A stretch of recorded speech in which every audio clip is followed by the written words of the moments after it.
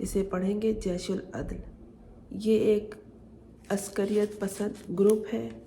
ان کے 2 اہم ٹھکانوں کو میزائل اور ڈرون حملوں سے تباہ کیا گیا ہے، کیونکہ یہ دہشت گردی کا سب سے بڑا مرکز تھا۔ اور ایران کا کہنا ہے کہ یہاں سے ایران میں مداخلت کی جاتی ہے، یہاں سے ایران میں گڑبڑ کی جاتی ہے، اور ان کا یہ بھی کہنا ہے کہ پچھلے ماہ ہی یہ ہوا تھا کہ ان کے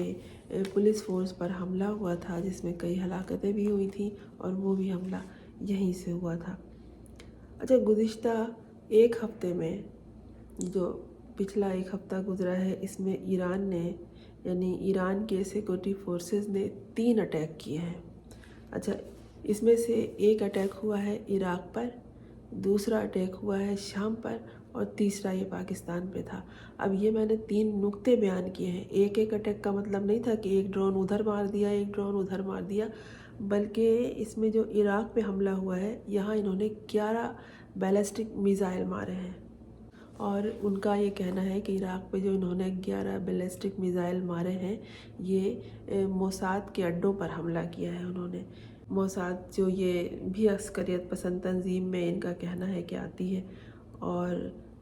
اب جو یہ حملہ ہوا ہے اس پہ پاکستانی بہت پریشان ہیں، اور پریشان سے زیادہ حیرت زدہ ہیں کہ ایسا کیوں ہوا۔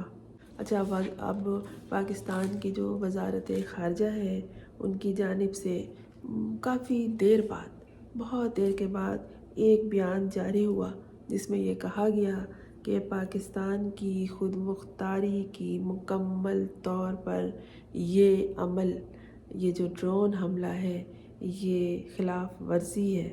اور یہ ناقابل قبول ہے، اس کے سنگین نتائج نکل سکتے ہیں۔ بس یہی اس کا لب لباب تھا۔ دوستوں، جب کہیں حملہ ہوتا ہے نا، کوئی بھی ملک کرتا ہے، تو وہاں جو اہم بات ہوتی ہے وہ یہ کہ رہائشی علاقوں پہ نہ کیا جائے، اور خاص طور پر عورتوں اور بچوں، اسپتالوں کو محفوظ رکھا جائے۔ لیکن یہاں جو شہادت پائی ہے اس پڑوسی ملک کے میزائل ڈرون حملوں سے، وہ 2 بچے ہیں اور 3 لڑکیاں ہیں۔ مکران کے ڈپٹی کمشنر ہیں سعید، انہوں نے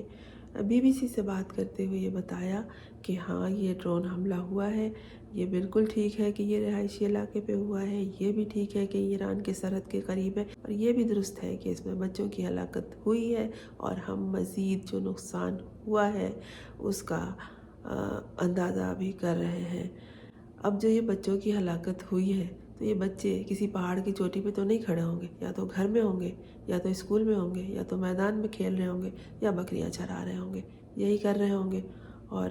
یقیناً جب کہیں ڈرون گیا ہے تو وہاں صرف 2 بچوں کو مارنے کے لیے نہیں گیا ہے۔ ایران کا یہی کہنا ہے کہ ہم نے جیش العدل نامی جو عسکریت پسند گروہ ہے، ان کے 2 اہم ٹھکانوں کو میزائل کا حملہ کر کے تباہ کیا ہے، اور یہ جو عسکریت پسند گروہ ہے جیش العدل، یہ خود کو کہتی ہے کہ ہم ایک سنی تنظیم ہے، اور اس حوالے سے یہ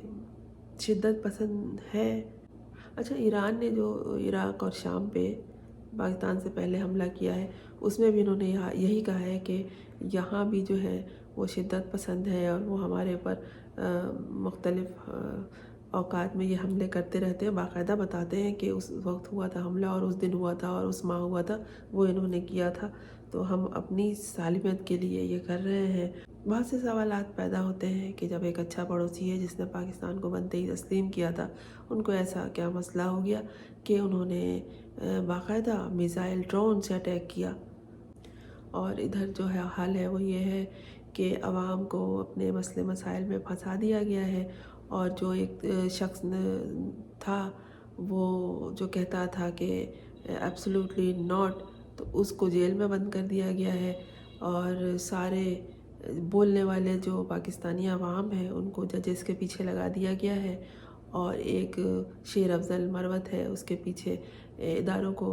دوڑا دوڑی کروایا جا رہا ہے، اور رہ گئی یہ سرحدیں۔ تو اب یہاں یہ ہوا ہے، انسانی جان سب سے زیادہ قیمتی ہے، اس کے بعد وقت کی اہمیت ہے، اور یہاں بچوں کی جان گئی ہے، 3 لڑکیوں اور 2 بچوں کا یہ پہلی فرصت میں حساب آیا ہے، ابھی تو اور کیا کیا ہے یہ بھی آہستہ آہستہ بات سامنے آئے گی، لیکن یہ ایک